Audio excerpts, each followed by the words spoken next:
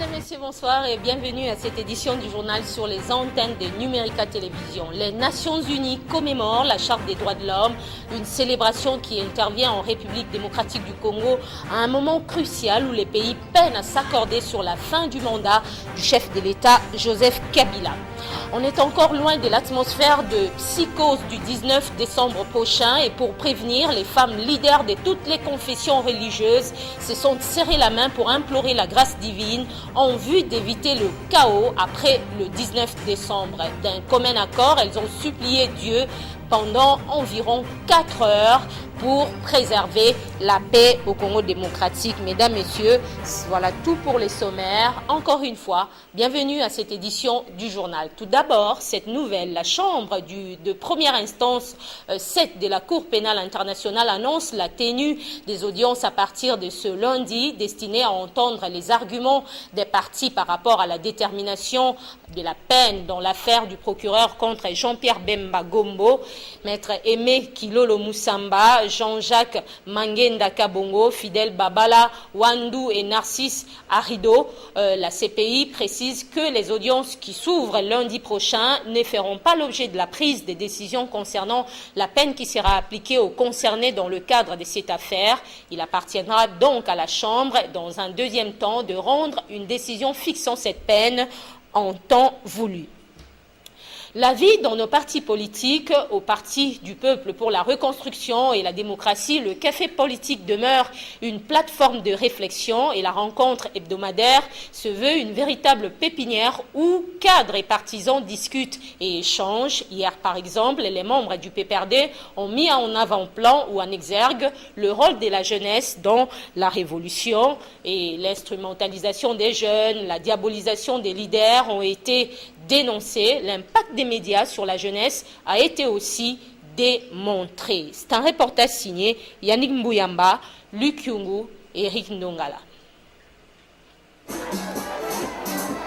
Le rendez-vous fixé a été respecté au Parti du peuple pour la reconstruction et la démocratie. Le café politique du parti présidentiel se veut une tribune d'échange et de réflexion. Aujourd'hui, les discussions se sont apaisanties sur le rôle de la jeunesse dans une révolution. De la différence générationnelle aux capacités de réceptivité des jeunes et leur disponibilité et ouverture d'esprit, les exposés du cadre du PPRD ont réveillé la conscience des uns et des autres.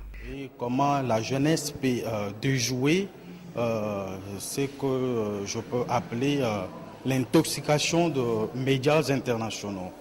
Donc c'était un peu l'essentiel du message d'aujourd'hui. Bon, ce qui est important de savoir, madame, c'est que ces cafés politiques organisés par le secrétaire général Henri Mova est très important parce que ces cafés politiques, plus précisément, on a parlé de la jeunesse qui est à la base de la décision de la nation.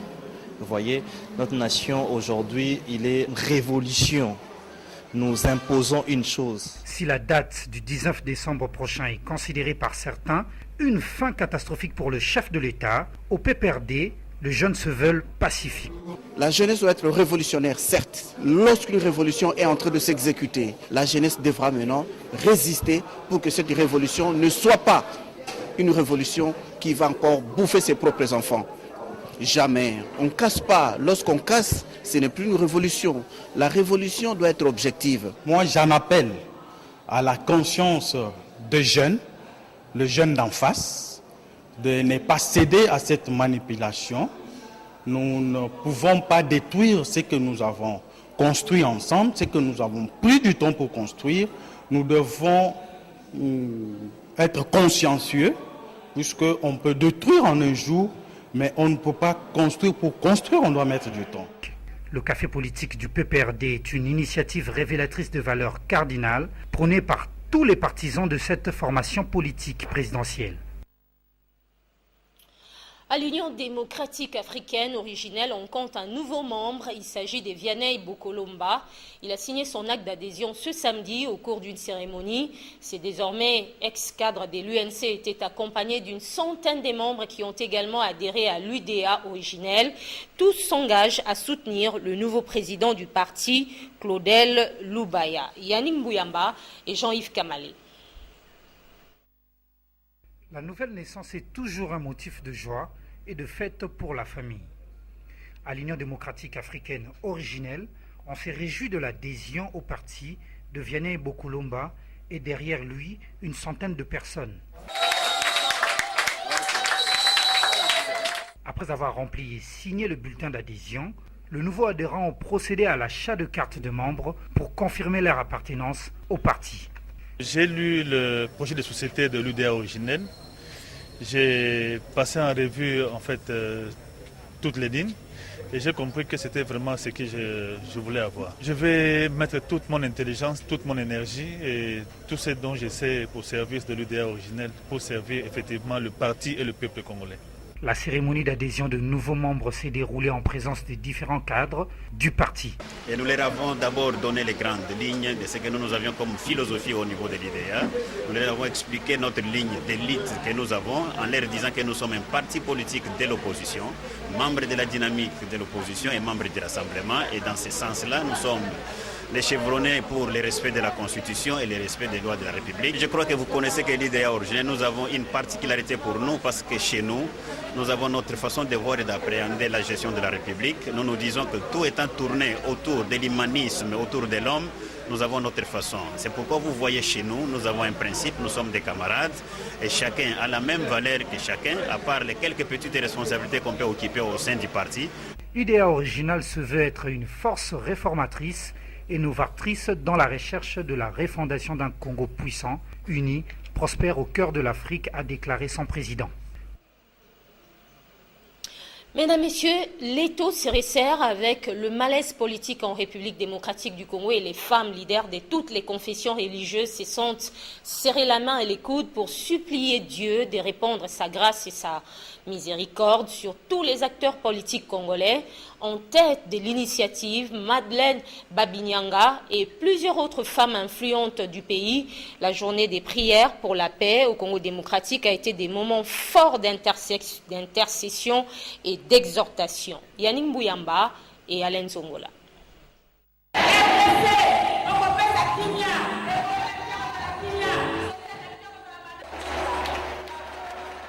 Des voix levées pour implorer la faveur divine.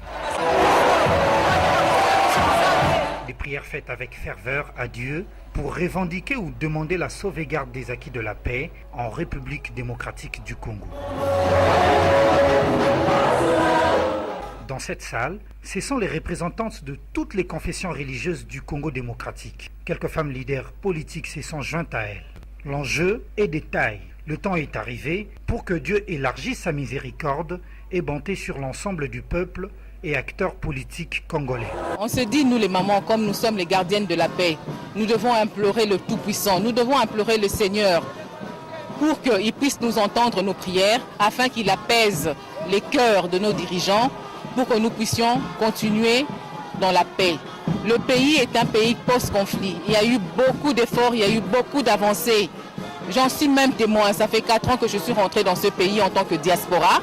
Donc, j'apporte ma pierre à la contribution. Et ça sera un grand chagrin. Et ça sera une immense désolation que ce pays puisse être déchiré, que ce pays puisse connaître la guerre civile ou un soulèvement quelconque.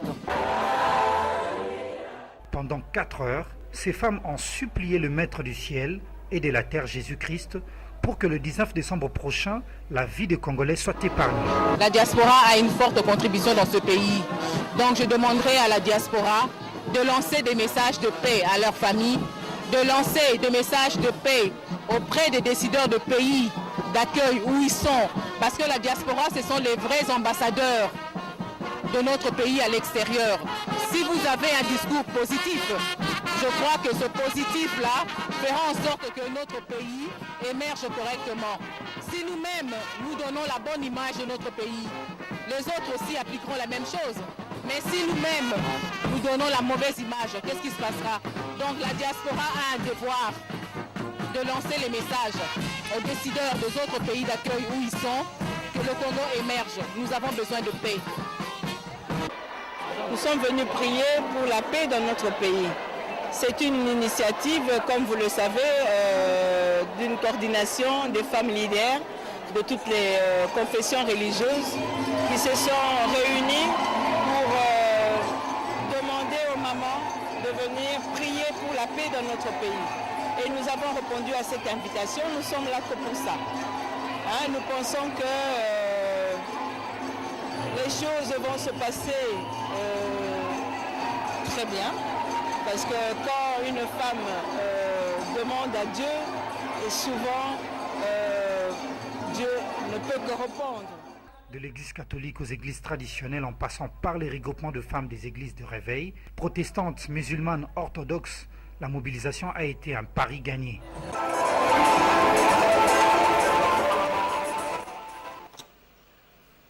L'humanité commémore ce samedi 10 décembre la 66e journée des droits de l'homme en République démocratique du Congo. La cérémonie avait eu lieu hier au ministère des Affaires étrangères, occasion pour le Bureau conjoint des Nations Unies aux droits de l'homme en République démocratique du Congo de rappeler les différentes actions menées ici à Kinshasa comme partout dans les autres provinces. L'heure était donc aux analyses et au bilan de la situation des droits humains au Congo-Kinshasa. Les efforts menés par le gouvernement ont été épinglés, mais beaucoup reste encore à faire pour un état des droits au pays. Yannick Mouyamba. Les festivités internationales de la Journée des droits de l'homme coïncident avec l'anniversaire du Bureau conjoint des Nations Unies aux droits de l'homme en République démocratique du Congo. Le 20 ans d'existence de BCNUDH est un parcours d'une importance capitale pour les observateurs de l'ONU. Un grand travail a été accompli. Des rapports sur les violations des droits de l'homme ont été publiés. Les ateliers de renforcement des capacités des officiers chargés de l'application de la loi et des organisations de défense des droits de l'homme ont été organisés. Les campagnes d'éducation aux droits de l'homme ont été menées au profit de la société. Les Nations Unies plaident pour la consolidation de la paix en cette période de crise politique au Congo démocratique. En tant que secrétaire général de l'Organisation des Nations Unies, je n'ai cessé une décennie durant de souligner le caractère interdépendant des trois piliers de l'ONU que sont la paix, le développement et le droit de l'homme. Ensemble, ils constituent le fondement de la résilience et de la cohésion des sociétés. Les différents efforts déployés par le ministère de la Justice ne suffisent pas pour un état de droit. L'appui de l'ONU demeure capital en dépit de certaines améliorations à réaliser au niveau de la vérification de faits avant la publication des rapports. Nous devons mettre un accent particulier sur la formation des populations, leur sensibilisation et la vulgarisation des concepts des droits de l'homme, ainsi que des limites que ces droits imposent. Les diverses actions entreprises par les BCNUDH ont été énumérées. Les Nations Unies espèrent voir la RDC œuvrer davantage dans l'amélioration des conditions sociales de ces populations.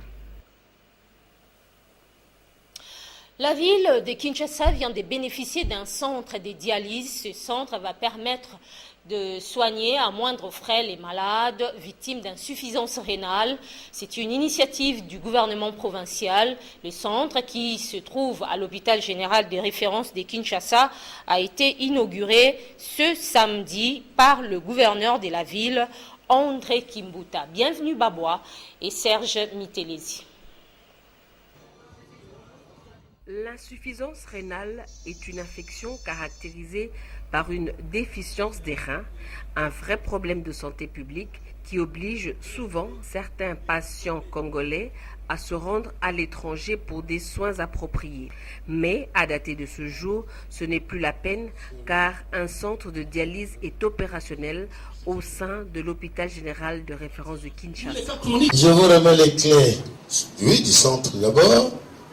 Voilà, monsieur le ministre, j'espère que vous donnerez des orientations sûres pour que le centre soit bien entretenu. Je vous remets les clés de l'ambulance parce que il y a des malades qui sont un peu partout, qui ne savent pas faire les déplacements. Connaissant le pouvoir d'achat de sa population, le gouverneur de la ville a fixé à $50 par séance payable en francs congolais au lieu de $250 par séance dans d'autres formations médicales. C'est le vœu le plus ardent de l'autorité urbaine, de réduire sensiblement les coûts de la séance de dialyse en tenant compte du pouvoir d'achat de la population. Il est anormal pour une population pauvre qui n'a pas de moyens qu'elle puisse payer 250 à 350 $. C'est ainsi, je l'ai dit, que cet écart-là, le gap-là, sera complété par une subvention de l'exécutif provincial. Pour prêcher avec l'exemple, on a dit accorder au moins un stock d'intrants d'une année, d'une valeur de $500 000. Et le gouverneur de la ville tient à souligner, à préciser que ce centre est construit sur fonds propres du gouvernement provincial. Ce centre de dialyse est dirigé par le docteur Ntseka Mangani plutôt. Ce spécialiste en néphrologie se réjouit de l'installation de ce centre qui va à coup sûr améliorer la prise en charge des malades victimes d'insuffisance rénale dans la ville province de Kinshasa. Le docteur Ntseka Mangani est interrogé ou interviewé par Bienvenue Babois et Serge Mitelesi. Selon une étude réalisée par les services de néphrologie des cliniques universitaires de Kinshasa, 12,4% des Quinois et Quinoises souffrent des maladies rénales, parmi lesquelles 20 000 sont au stade d'insuffisance rénale terminale. Avec l'ouverture de ce centre de dialyse, un vrai cadeau de fin d'année signé l'exécutif provincial de Kinshasa. Donc aujourd'hui, c'est l'inauguration officielle. Maintenant, il appartient aux techniciens que nous sommes pour programmer la date à laquelle le centre va devenir fonctionnel. La dialyse, c'est écrit. La dialyse, c'est une technique qui permet à purifier le sang. Quand on fait une insuffisance rénale, comme l'a si bien dit le ministre provincial, on retient les déchets que le corps produit. Alors, ces déchets qui s'accumulent, si on ne fait rien, c'est une mort inévitable. Okay? Donc, il faut absolument, pour sauver la vie, appliquer une technique qui permet d'éliminer ces déchets. Mesdames, Messieurs, et ces gestes de cœur des Lions Club Lipopo en faveur des pensionnaires de l'hôpital de la Rive, désormais hôpital général de référence de la zone de santé, les membres de cette association philanthropique ont remis aujourd'hui des vivres frais, des vêtements ainsi que des produits pharmaceutiques aux internés, une façon de permettre aux pensionnaires de cet établissement médical de fêter dans de bonnes conditions les fêtes des fins d'année. Hermione Yonvou et Serge Mitelesi.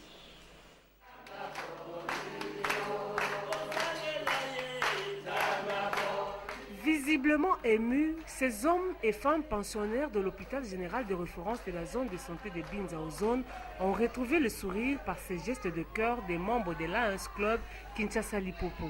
Le don, composé de vivres frais et secs, des vêtements, des produits pharmaceutiques, va permettre aux internés de passer des bons moments pendant les fêtes de fin d'année. L'hôpital de la Rive a une particularité, bien qu'il n'ait plus une léproserie, il continue à prendre en charge les lépreux et d'autres malades. Chaque année, on pense à la fin de l'année, les ramener des vêtements, des vivres, pour leur permettre de passer aussi des bonnes fêtes de fin d'année et leur montrer notre soutien, notre réconfort, dire qu'ils ne sont pas oubliés par tous. Il y a quand même un club de personnes de bonne volonté qui se donnent comme objectif de venir en aide à ceux qui sont abandonnés dans notre société. Il y a énormément de doléances, il y a énormément de besoins. On espère pouvoir avoir le moyen, pouvoir sensibiliser d'autres personnes de bonne volonté pour avoir suffisamment de moyens, apporter un peu d'aide à toutes ces personnes qui sont vraiment dans des conditions de vie très très très difficiles. Le message des bénéficiaires est plus que poignant. Il se résume en amour entre les Lions Club Kinshasa Lipopo et l'hôpital de la Rive. J'ai un message d'amour. Il y a beaucoup de gens qui ont des moyens dans cette ville. Mais peu de gens, en tout cas, se soucient des nécessités. Vraiment, nous sommes très très reconnaissants envers le Lions Club qui ne nous abandonne pas. Nous remercions Lions Club, l'Hippopo, surtout de penser à nous à tout moment. Et je tiens à préciser que ce n'est pas seulement dans des occasions de fête que les membres de Lions Club passent chez nous. Et de temps en temps aussi nous aident dans le cadre de la prise en charge de nos malades en donnant des médicaments de foie. Créé depuis 1917, l'hôpital de la Rive prend en charge beaucoup de malades souvent dépourvus de moyens. Ce genre de don de l'Hippopo est un véritable ouf de soulagement pour ces pensionnaires. En sport, ce dimanche, le Stade des Martyrs va ouvrir ses portes à l'occasion d'un grand derby local entre le DSMP et le FC Renaissance du Congo. Il y a 2 ans, vous vous en souvenez, les 2 adversaires n'étaient qu'un seul et même club avant que chacun ne prenne sa propre direction. Et ce dimanche donc, les 2 formations seront à leur 2e face-à-face de l'histoire après le premier de la phase aller soldé sur le score au résultat d'un nul d'un but partout. Retour sur ces matchs allés avec Paul Cazozo. Avant 2014, Dering et Renaissance étaient une seule et même équipe. Juste après, Renaissance est né des flancs du Dering avec divergence de vues. Dering contre le FC Renaissance, premier match entre ces 2 équipes. Dering, le géniteur, le FC Renaissance, le dissident depuis 2014. DSMP Renaissance, 2 groupes plus que rivaux à l'extrême pour un premier face-à-face historique.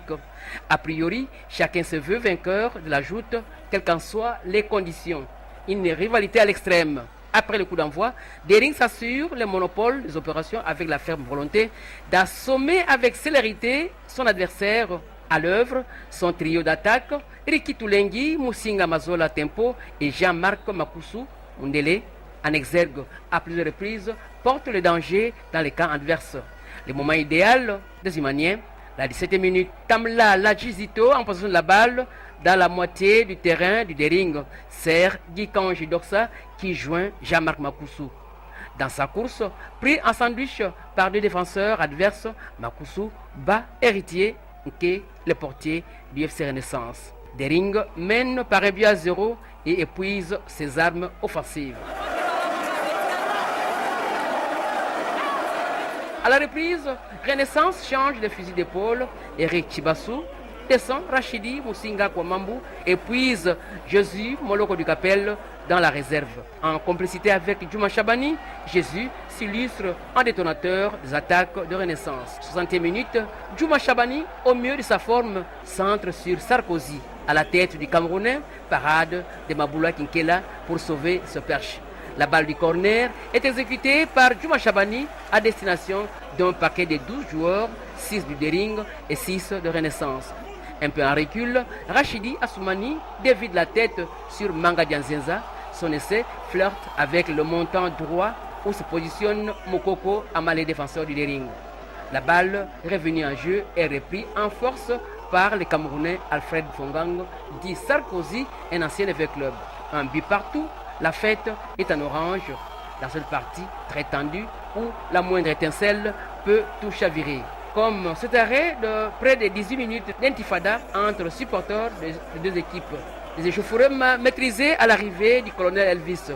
Pour la suite, pas de changement au marquoir. Renaissance reste néanmoins leader au classement de la zone ouest.